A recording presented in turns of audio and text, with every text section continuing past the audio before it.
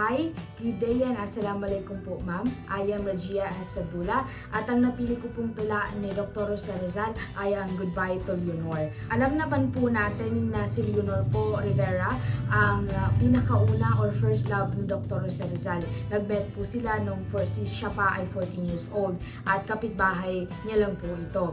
And hindi po sila nagkatuluyan dahil po ayaw ng nanay ni Rivera or Leonora sa kay Dr. Rosa Rizal at dahil po noon naputol po ang kanilang koneksyon. Ito po ang aking output at nakikita niyo po, no, meron pong puso sa gitna at nakatali po ito kay Dr. Rosa Rizal at kay Leonora, which mean po ay mahal pa rin nila ang isa't isa nung nag-farewell sila. At ang tulang ito ay para kay Leonor sa pamamaalam ni Dr. Rosa Rizal. At na-state po dito na mahal niya po si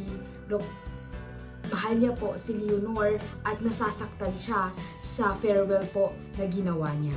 So, that's all po. Sana po ay nagustuhan niyo po ang presentation ko.